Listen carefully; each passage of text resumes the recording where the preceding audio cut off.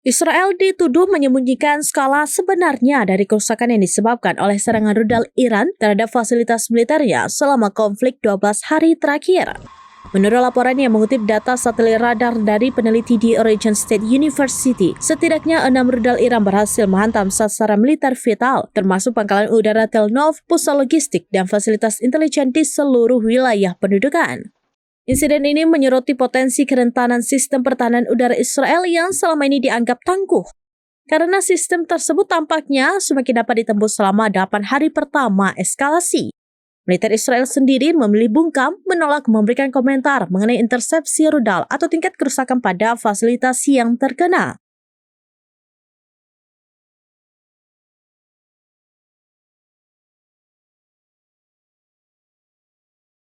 Download Tribun X sekarang, menghadirkan lokal menjadi Indonesia.